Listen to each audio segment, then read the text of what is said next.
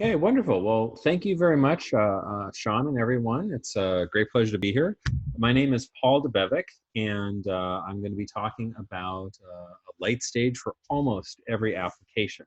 And this is some technology that's been developed at the USC Institute for Creative Technologies, and that here in our group at Google AR/VR, we've been able to leverage and extend for helping create some of these disentangled 3D representations for relightable performance capture of humans. And I will go ahead and try to start some slides here. All right, hopefully those are on the screen. Let's see here. So as I mentioned, the light stages have been something that have been developed over the years at USC ICT and now at Google. And essentially a light stage is basically a sphere of computer-controlled illumination, like you can see here. This is in the background one of the larger light stages ever built, Light Stage 6. But it basically has computer-controlled lights all around a subject, which can be an object or a person or a whole little scene of some sort. Usually a person, sometimes just a face. And it's a computational illumination system for controlling the intensity and color and to some extent the spectrum and the polarization of the incident light on a subject from all directions. And this will have various applications in 3D scanning, recording ground truth data for machine learning algorithms, photorealistic compositing for virtual production, and also post-production relighting of subjects. So you can change the lighting on someone after the fact. And you can actually see the technology has evolved over the years. These are 5 of the light stages developed from USC and some of its licensees over the years.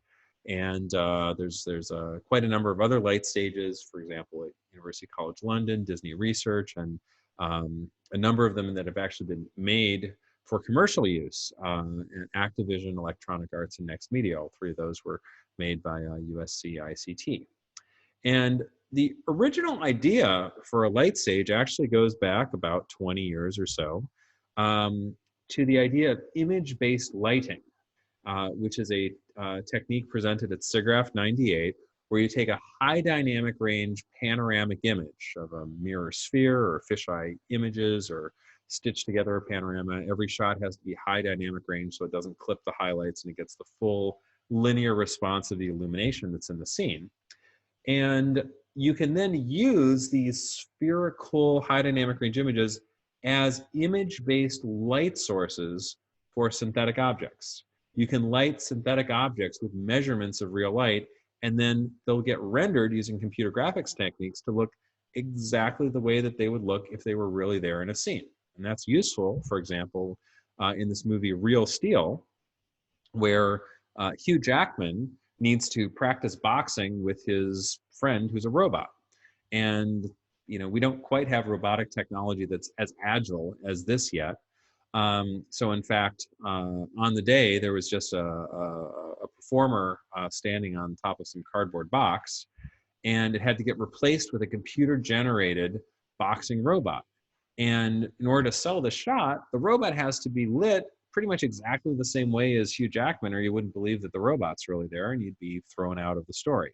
So the great visual effects people at the company Digital Domain went and captured this high dynamic range image of what the light was like in front of that little motel out there, the full dynamic range. So this is just showing one exposure of it, but it actually would have known everything all the way up to the intensity of the sun there. And then that lighting is exactly what is lighting this digital animated computer model of the robot. And as a result, it looks like it's lit, it's right there with Hugh Jackman. It has the same shading and shadows and indirect light on it. And you can just kind of believe that that thing's actually there and enjoy the film. That technique has actually been used in hundreds of motion pictures at this point. It's a standard technique for trying to create very realistic composites. But very interestingly, you can also apply the technique in real life using a light stage. And that was something that we got interested in at USC ICT in creating for a paper that we published at SIGGRAPH 2002, where instead of surrounding a virtual object with a virtual high dynamic range image of incident light, we actually built a sphere of computer controllable RGB LED lights that surround a person, and then it'll actually light the person for real with that illumination right in front of a camera, which you can then record as video. And if you also build a compositing system, this one here is built using an infrared black cloth that we throw IR light on, and the second camera gets the transparency matte. These images that you can see on the right show our actors lit with the light of the UC Berkeley Eucalyptus Grove and the Galleria degli Uffizi in Florence and the Grace Cathedral in San Francisco, lit by that light, and then also composited into that environment using a little bit of that panoramic HDR image as the background plate. And then we spin it around to make it more dynamic and show all the different lighting effects. And hopefully, it kind of looks like they're lit the right way to be in those environments. You might actually believe that that's where they should actually be. Now, this technology has actually gotten used a bit commercially at this point. Light Stage 3 was used to illuminate a number of the actors in costume for the movie Spider-Man 3 back in 2007, so that the visual effects supervisors at Sony ImageWorks could verify that the digital versions that they were creating of all of the characters in costume matched their lighting response to how the real actors in the real costumes would be under a number of different lighting environments, and know that they were getting that dialed in correctly.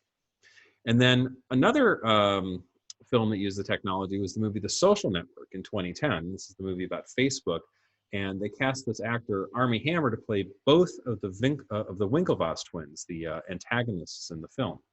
And in one of the shots, they needed Armie Hammer to be both in the front and the back of a boat at the same time. This is one of the shots where they didn't just film it twice and switch him. They instead just had him in the front. They had another actor, Josh Pence, in the back, and then they basically had the job to put Armie Hammer's face on top of Josh Pence's face and have it look photoreal.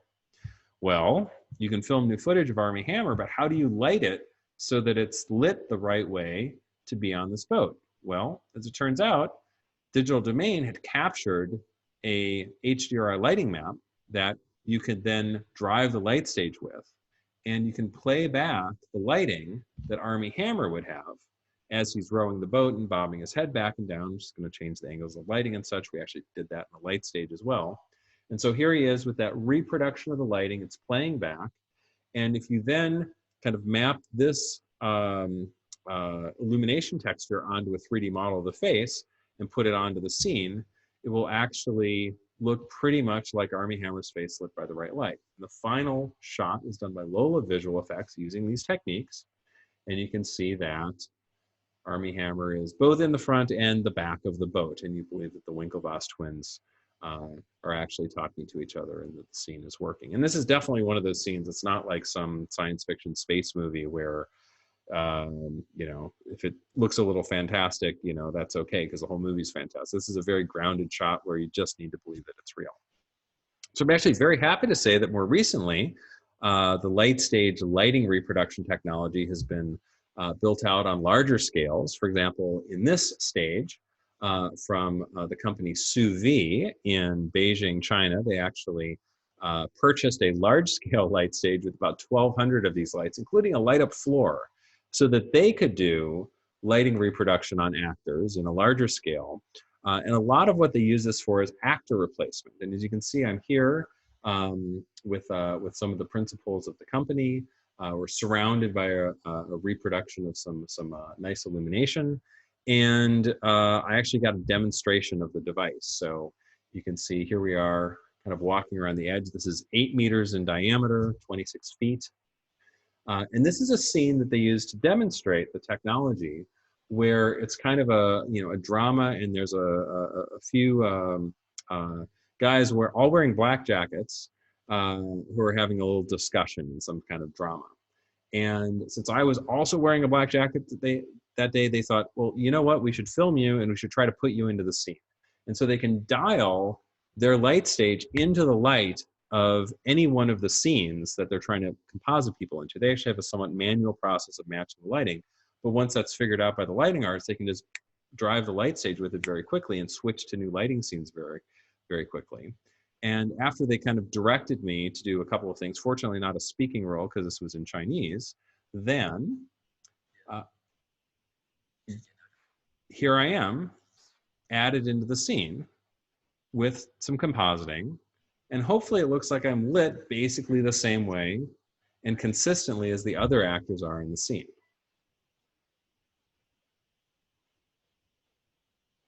And that if this were going to happen in the middle of some TV show, you wouldn't bat an eye. You wouldn't notice that something funny had happened at this point, that all of a sudden we went into visual effects. And here's some other examples.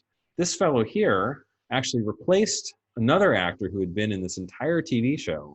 And with this technology, they can actually replace an actor in 70 to 100 shots per day, because they can very, very quickly go to the next illumination condition. And it's just amazing to think that this guy here wasn't there the first time that they shot this season, that they were able to use this technique to light him correctly, composite him in, and just make you see that this fellow is in the shot time after time. And he's even, I guess, a bit before his time, realizing, yes, it's safest to wear a mask at this point and practicing some social distancing. So the technique actually has a lot more applications in film production. One of the things that holds it back a little bit from really tight close-ups is that when you have all those individual light sources, you can start to kind of see them reflecting in the eyes, not smoothly. This works great on, you know, skin and clothing, which usually isn't all that shiny, but human eyes have this really sharp reflection.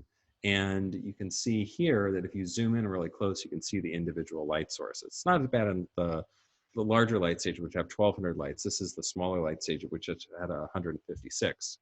But we recognized this problem even back in 2002 when we originally presented the work, and suggested in the future work section of that paper that, you know what, you should really have dense LEDs everywhere, and it should be so dense that you even see a natural image of the environment when you look at it, that it displays a vision of the scene they're being composited into to the actor. And we got asked in 2004 if we could imagine how to build a light stage that was so high resolution that it could produce good reflections even in an actor's eyes for a project that Digital Domain was working on. And so we actually asked our friends at Background Images in the San Fernando Valley if they could build out an LED wall, which they did. And we brought our laptops up and we basically tried to apply lighting reproduction to this system here. You can see it's 2004 because we still have a CRT sitting on this equipment crate. And the whole idea was to like take at least a piece of one of these image-based lighting environments like Grace Cathedral here, display it onto the LED wall, and then look at the reflections in the eyes and see if it worked out. And we took pictures close up, people's eyes by this illumination with the LED walls. It was fantastic. We got great reflections. We're all ready to go. And this test that we did indirectly led to our involvement in a pretty exciting movie that took this to new heights, which was the film Gravity that came out in 2013. And we were approached about it in 2010, where they were trying to figure out how to make it look like Sandra Bullock and George Clooney would be floating in space realistically when they weren't planning on spending all the money to actually send them to space or put them into zero-G airplanes or anything like that. And in this actual shot from the film, the technique they used, everything is digital except the faces of the actors. The Earth, the space telescope, the spacesuits, the helmets, and the visors are all computer graphics rendered using the global illumination system called Arnold. The faces of the actors, however, which would be a pretty tall order to completely create in computer graphics, particularly starting the project in 2010, the faces of Sandra Bullock and George Clooney are actually 100% real. But they look like they're so naturally part of the rest of the scene because they're very carefully lit with exactly the right light so that it's consistent with everything else in the scene. And they're also shot from just the right angle so that the compositing artists have a really good head start on making it look real. We actually got to do a test of this in one of the light stages at Light Stage LLC in Burbank, one of our licensees, and worked directly with Alfonso Cuarón, the director of the film, and the amazing cinematographer Emmanuel Lubezki, known as Chivo in the industry, to basically try to prove out lighting reproduction technology in a light stage about how it could synthetically illuminate actors correctly. And after some reasonably successful tests that we did in the light stage, the techniques were adopted, and an LED panel lighting reproduction device that they called the light box was constructed in London, because that's where they were filming due to tax credits, which would play back environmental illumination on the actors, like Sandra Bullock here, so that a camera on a robot arm shooting from just the right angle would see the element of their face lit in the right way, photographed from the right angle, and you composite into a shot, and it's as realistic as it needs to be to make the movie happen. 2/3 of the movie Gravity, which was a huge hit that year and won the Academy Award for Best Visual Effects, was shot using these techniques. And I'm happy to say that even though this light box was basically 3 meters on a side and really only good for lighting the head and the upper body, we now have seen projects which have taken this to its logical conclusion, where the entire soundstage is surrounded in colorful computer-controlled LEDs to make the actors lit by and feel like and see that they're just about anywhere. And the first project that I know of that used this in a huge way was started in 2016, called Asura. It's a feature film made in China, I think the most expensive made to date. And if you look at how many LEDs they put on here, it's not hard to see why. They actually made something 26 meters by 20 meters by 8.5 meters, including an entire ceiling of LED panels. A lot of LEDs are actually made in China, so that helps, I guess, to do these projects over there.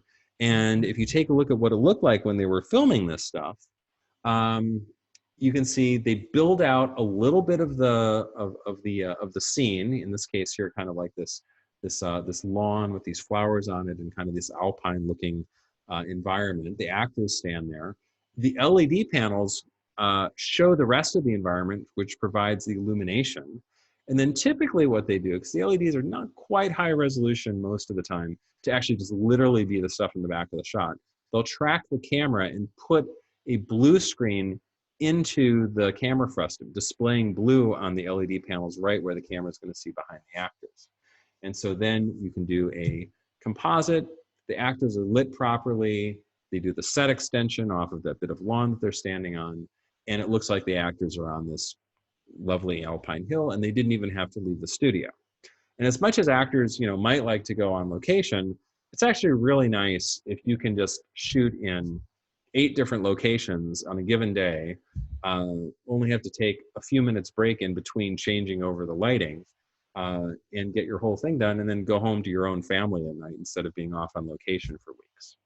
And this is actually also being adopted in the United States. There's a very big project done by Disney called The Mandalorian. It's a Star Wars spinoff, as a TV show on the Disney Plus network. And they've built a cylindrical LED panel light stage to surround their actors, and a whole ceiling there. And since their main character wears this kind of shiny helmet, it's perfect that it there provides the correct reflections on the head. And they're using this to produce things that look like they were shot anywhere in the galaxy, all at Manhattan Beach Studios. And the thinking is that this could very well be the way that more and more shows are shot in Hollywood, just because it's ultimately going to be less expensive, faster, and even in the age of social distancing and this pandemic that we're in right now, you don't need as many people on set, and you can composite actors from separate takes more easily together. Now, the USC Institute for Creative Technologies has actually tried to continue to innovate to some extent in this area. And I was very lucky to work with Chloe Legendre, who's giving one of the other talks in this session, on multispectral lighting reproduction. And this is building a light stage that doesn't just have red, green, and blue LEDs around it, but actually has other spectra. And this particular light stage X that we built at USC, it also has amber and cyan and white LEDs as well. And you might ask, if our cameras just have red, green, and blue pixels, then why does our light stage need to have more than just red, green, and blue LEDs? Well, the answer is that while red, green, and blue LEDs can produce, practically speaking, just about any color that you'd need to look at, they can't actually create any spectrum of illumination that you might want to film somebody under. Things like daylight and incandescent light have relatively smooth spectra across the visible spectrum. And the red, green, and blue LEDs that are available to make light stage lights are actually pretty peaky, or like these kind of spikes of blue in the spectrum, green in the spectrum, red in the spectrum. And in particular, there's a huge gap between the spectrum of a red LED. There's all these colors of yellow that it doesn't actually produce, and the green LED. And while you can mix red and green and fool the human eye with its relatively coarse sensitivity to spectral information that there's some yellow light, it actually doesn't make any yellow light. And if you were to put a yellow thing in there, it would look too dark. And if you're putting human skin in there, it's going to color shift it in a weird way because of how the details of the spectral reflectivity of human skin work. And then you're going to have to do color correction afterwards, and everybody will look weird on set. So we built light stage lights with these 6 LEDs, red, green, blue, amber, cyan, and white. It fills in gaps in the spectrum. And then the paper that we published at SIGGRAPH 2016, Practical Multispectral Lighting Reproduction, showed that if you record your light probe images, your HDRI maps, your high dynamic range panoramas, not just with an RGB camera taking pictures of a mirror ball, but also with instances of the color checker chart, which has all of these different squares with known reflectance spectra, you can actually, from how the reflectance spectra generates the RGB colors you see in the camera, figure out enough detail about the spectrum of the illumination that you can reproduce it quite accurately using the 6 LEDs coming from every direction in the light stage. And the way that you do this is actually relatively straightforward. It doesn't even require a spectroradiometer. All you have to do is take your color chart, the same one that you put out on your light probe, and put it into the light stage and take a picture of what it looks like on your desired camera under each one of the LEDs that you've got. The red one, the green one, the blue one, the cyan one, the amber one, and the white one in this case. And if you then have some illuminant that you want to simulate using those 6 colors and have it work out right for that particular camera with these LEDs, what you do is you do a non-negative least squares. This here on the right is a color chart lit by your desired illuminant, in this case tungsten light, and you figure out which coefficients of how much of this red chart and green chart and blue chart and cyan chart and amber chart and white chart do you need to mix together in order to best approximate the appearance of the color chart lit by your desired illuminant. And once you solve for those numbers, you know exactly how to drive the lights in what proportion to reproduce not just the RGB color that you'd see with your own eye, but the color rendition properties that would illuminate that color chart. And if you do that, you can actually get color rendition results that are quite accurate. Here on the left are 2 subjects, our friends Jessica and Jonetta, who are illuminated by a real environment, by kind of late afternoon sun in front of the USC Institute for Creative Technologies. That's what they really look like. And right after we shot that picture, we shot a picture of our omnidirectional light probe in high dynamic range with the color charts. We used that to figure out how to drive the light stage to reproduce that illumination up to a scale factor. And then on the right, the actors are actually in the light stage under that reproduced illumination, and then composited into the background plates that we shot once the actors stepped out of the scene. And it's a pretty close approximation. I mean, their hair moves around a little bit, their facial expression changes a tiny bit, but we were quite satisfied with this result that we could actually get things to match. And as you can see here, this is kind of how the whole shot comes together: real environment, background, lighting capture. In the light stage, we got the alpha channel by very quickly taking 2 photos, one where the light stage is on, and there's this kind of very dark gray card behind them, and another one right afterwards where the light stage turns off, and then we have additional lights that just throw some white light pretty bright onto that dark gray card so that you get that flash map there. And if we take a look kind of as a direct comparison, real photo in the light stage, there's the composite, hopefully looks pretty similar. There's the real photo again, we can kind of bounce between. And then real photo in the light stage, there's the composite, and there's the real photo again. Works out pretty well. And in fact, that light stage I talked about earlier in Beijing is made entirely of these multispectral light stage lights, 6 channels of illumination coming from everywhere. And it's awesome. That's kind of the latest light stage that's been built and operational and in production use right now. Now, we're kind of interested in also relighting actors and subjects after the fact. And if you dial it back to the very first light stage, the one that we published as the acquiring the reflectance field of the human face at SIGGRAPH 2000. This light stage was before we had all these color LED lights. And I was still interested in trying to reproduce image-based lighting on a subject, but I knew that the only way to do that would be to somehow build a contraption that had the single light source that we could afford at the time and just move it around to record how this person looks illuminated from every single direction that light can come from. And in the course of a minute, filming on this video camera at 60 frames per second, we actually get a data set of our subject's face lit from 2,000 different lighting directions. And if we resample our image-based lighting environment into the same sampling of lighting directions and then multiply the two data sets together, basically taking each one of these images of the face lit by, white light of the same intensity from different directions by the color and intensity of the light, multiplying the RGB of the light by the RGB of the light coming from that direction in the environment, then we can illuminate the face after the fact as a relighting process with light that the face was never illuminated before. And so here is our subject face, one direction at a time, being re-illuminated by the Grace Cathedral environment. And then you just have to sum all of these lighting directions together because light is additive, and it relights our subject's face with the light of Grace Cathedral, and we can spin it around to make it more interactive.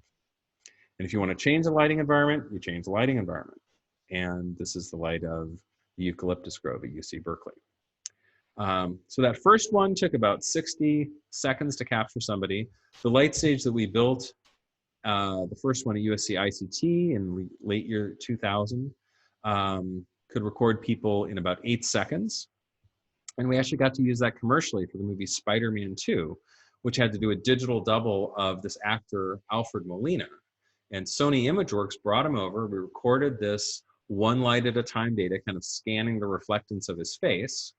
And that got used to create relightable high-resolution texture maps, actually shot on film, for the digital character of Doc Ock, the villain in the Spider-Man 2 movie.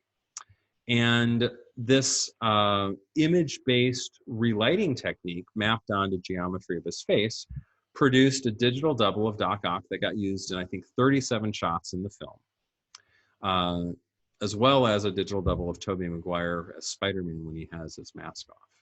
And even shows up full frame in the film when he's kind of floating back down into the Hudson River here. And that showed that you can actually start using light stages to create photoreal digital characters. We got interested right after this about, well, what if you want to relight a facial performance and people are moving and you don't want to have them stay still for 8 seconds? Is there a way that we could use faster lights and faster cameras to record this at high speed, and then for every frame of video have all the lighting directions just in that course of that one little frame? And that was the idea between our performance relighting. Now, normally I am talking to you about the future of technology, but today I'm actually standing inside of it. So this is Lucas from Future Tech.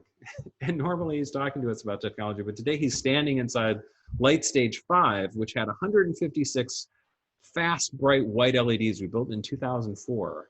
And it looks like he's doing exactly the same thing, but lit 30 different ways. And in fact, he was doing the same thing. And every one of these lighting conditions you see is lit a 2,000th of a second right after the previous one. And the result of that is that we can actually relight his performance, because we can do that same image-based relighting trick, tinting these different images, different colors, adding them all together according to the light of another environment. Hey, it's Lucas from Future Tech. Now, normally I am talking to you about the future of technology, but today I'm actually standing inside of it.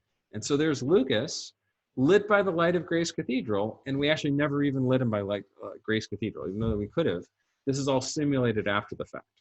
And in fact, since these white LEDs are pretty broad spectrum and our cameras, red, green, and blue sensitivities actually have overlap between them, we don't run into too much trouble about color rendition with this particular technique like we had to address with the multispectral relighting.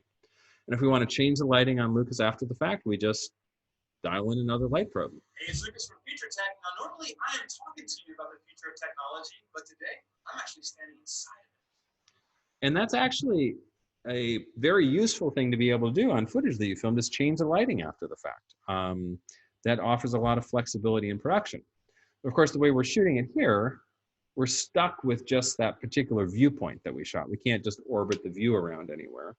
And that became something that we wanted to try to break free of at our work that we did in 2006, where we actually recorded a full body under this time multiplex illumination running like 1,000 frames per second. And we actually recorded light fields from 108 different viewpoints around people in order to relight full body performances and change the viewpoint. This is our lab member Bruce, who's walking inside of light stage 6. That's our high-speed camera from Vision Research, a Phantom V7 shooting at 990 frames per second. That is 30 frames per second of 33 different lighting conditions. If you slow it down, these are the lighting conditions that we shot.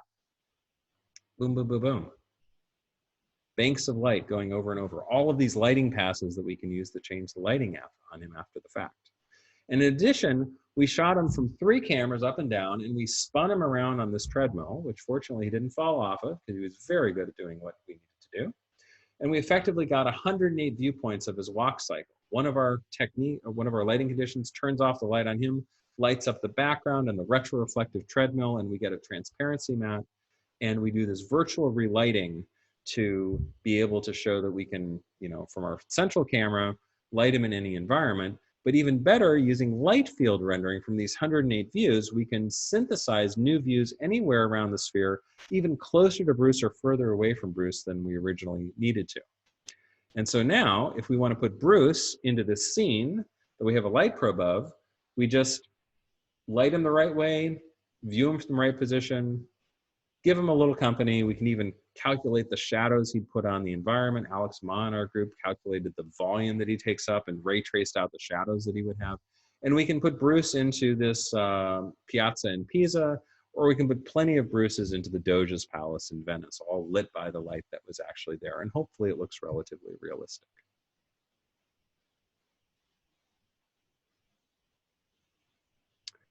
The thing that our late stages got used commercially for more than anything else actually is for high resolution facial scanning. And that's not originally what light stage 1 or 2 or 3 or 5 was actually ever designed for. But once we had white, powerful LEDs around our actor surrounding them, it became clear that at the very least you can turn them all on and get a nice flat lit image of somebody, which if you're going to try to do kind of photogrammetry capture, that's kind of useful. I got interested at one point to see if we could cross-polarize out the specular shine of the face from all the directions. And at some point, I ended up putting polarizers on all the light sources. And I also realized that instead of just a texture map for the face, it'd be really nice if we could get some sort of displacement map of the face, or at least a normal map of the face, to get kind of all that geometric detail. And a helpful discovery that we made is that even though it takes a while to shoot 156 lighting directions, that's how many lights were in here. And if you have just like a high-res, high-quality DSLR to get all of that detail you want on the face, you're not going to be able to take 156 images very quickly. Is that if you take just a few images, in fact, if you photograph the face under the first 4 spherical harmonics, that's flat light from everywhere, and then a gradient of light from right to left, and a gradient of light from front to back, and a gradient of light from top to bottom, that you can actually compute the local shape of the face quite accurately in a per pixel way just by doing some math on these images here. So this is our friend Tom. On the right, he's lit by the full sphere of light. Here he is lit by kind of a gradient of light going forward to back, gradient of light top to bottom, gradient of light left to right. The light stage, when it does the top to bottom gradient, the lights on the top are on all the way, and then as it goes down to the equator, they're on half, and then at the bottom, they're finally all the way out.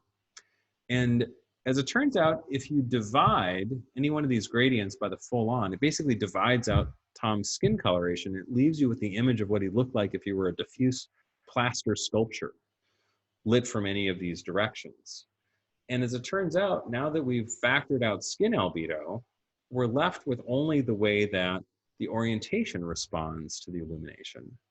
And we've basically photographed the X, Y, and Z components of his surface orientations, of his surface normal map. And if we take those three images and turn them into surface normals, it actually produces a map that you can use to up-res photogrammetry technology or stereo-based correspondence shapes. And using that other technique that I mentioned of polarizing the light stage with a very special orientation of patterns, we can actually cross-polarize out the specular reflection of the face from all the lights at the same time and then put a polarizer on the camera. It blocks the specular. So you get these cross-polarized images here. If you flip the polarizer on the camera really quick, the specular comes back. If you subtract the two, then you end up with images of only the specular shine of the skin. And here you can see that cross-polarized flat-lit image. There's no specular reflection. You don't even see the reflections in our actress is Emily. We don't even see the reflections in her eyes. But if we flip that polarizer, the specular comes back. We have this nice specular sheen from everywhere. If we subtract these two images, since the subsurface scattering or the diffuse component depolarizes the light, it gets through in both polarizer orientations. And so the result is that the diffuse stays the same in both images. The specular is the only thing that comes in and out. If you subtract one from the other, the diffuse goes away and you're left with a flat lit specular image. Just the difference of two photographs you can take right next to each other. And all of a sudden we've photographed the specular intensity map of the face. And if you then look at these difference images, these polarization difference images under the full on and the X gradient and the Y gradient and the Z gradient, that will tell you the surface orientations of the face based only on the first surface reflection that you get in the specular. This is light that didn't blur out by scattering within the skin. It's a great first surface reflection record of all of the nooks and crannies of the skin down to skin pore level detail that you can turn into what we call a specular normal map, which you can then optimize your 3D solve from multiple viewpoints to obey the surface normals that are photometrically measured in this manner and get facial scans that actually are correct all the way down to skin pore detail. And that was something that wasn't possible back in 2008 when we got this technology to work. Here it is applied to Emily from back then. Nowadays, we can get more than twice this resolution because cameras and our algorithms have gotten a little better. But even back in 2008, we were able to collaborate with a facial animation company called Image Metrics to do the Digital Emily project, which is one of the first believable digital faces ever shown using computer graphics. And taking a look at the Digital Emily results, here we shot real video of Emily O'Brien saying some lines of dialogue on the couch, then light staged her, produced a digital model of her face animated to do what she did, and everything around the face region is completely computer synthesized. And this is 12 years ago, and it was a bit harder to do that. There's the diffuse component, there's the specular component, which looks a little crazy, and then there's the animation mesh solved for by Image Metrics, and if you take it all away, that's the original video of Emily, which we didn't match perfectly, but if you don't see it side by side, the digital Emily was enough for most people to be satisfied with that. One of the ways that we've gotten even higher resolution data these days is by intentionally recording the microgeometry of people's skin, of building special measurement devices that either on their own have some of the light stage lights outside the stage or just bringing a camera with a macro lens inside the light stage and doing our polarized spherical gradient illumination surface normal recovery there.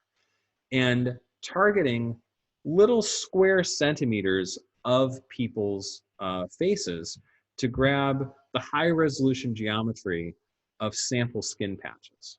And one of the things that we realized when we started getting these high resolution records of skin microgeometry is that different parts of the face actually have considerably different microgeometry. The forehead looks different than the cheek, than the nose, than the chin, than the temple. Those are the 5 areas that we record.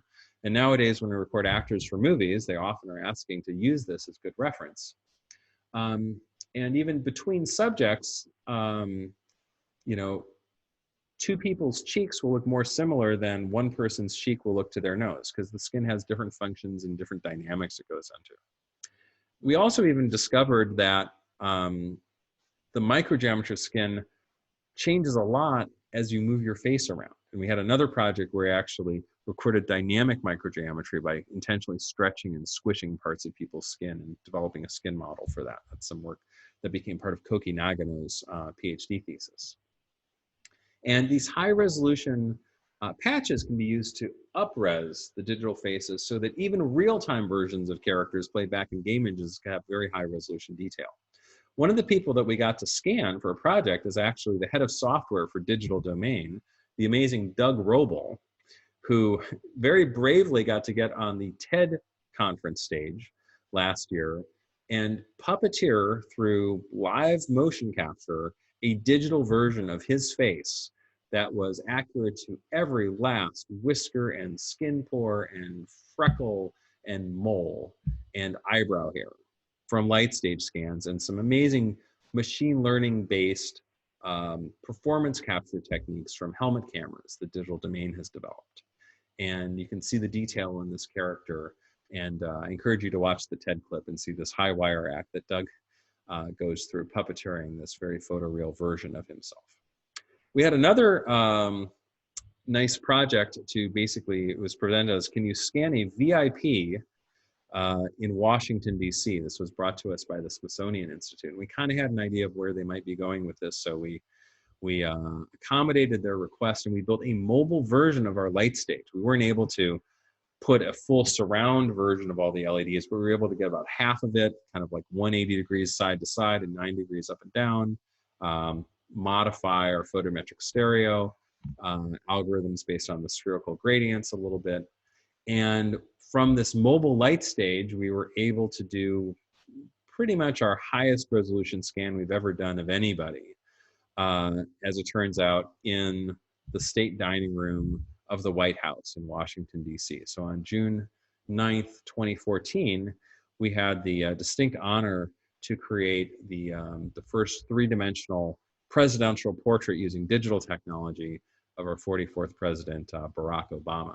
And he posed both kind of in a kind of more stoic presidential pose that you could use for like a 3D printed sculpture of him, and then also kind of his good winning smile that every politician is really good at.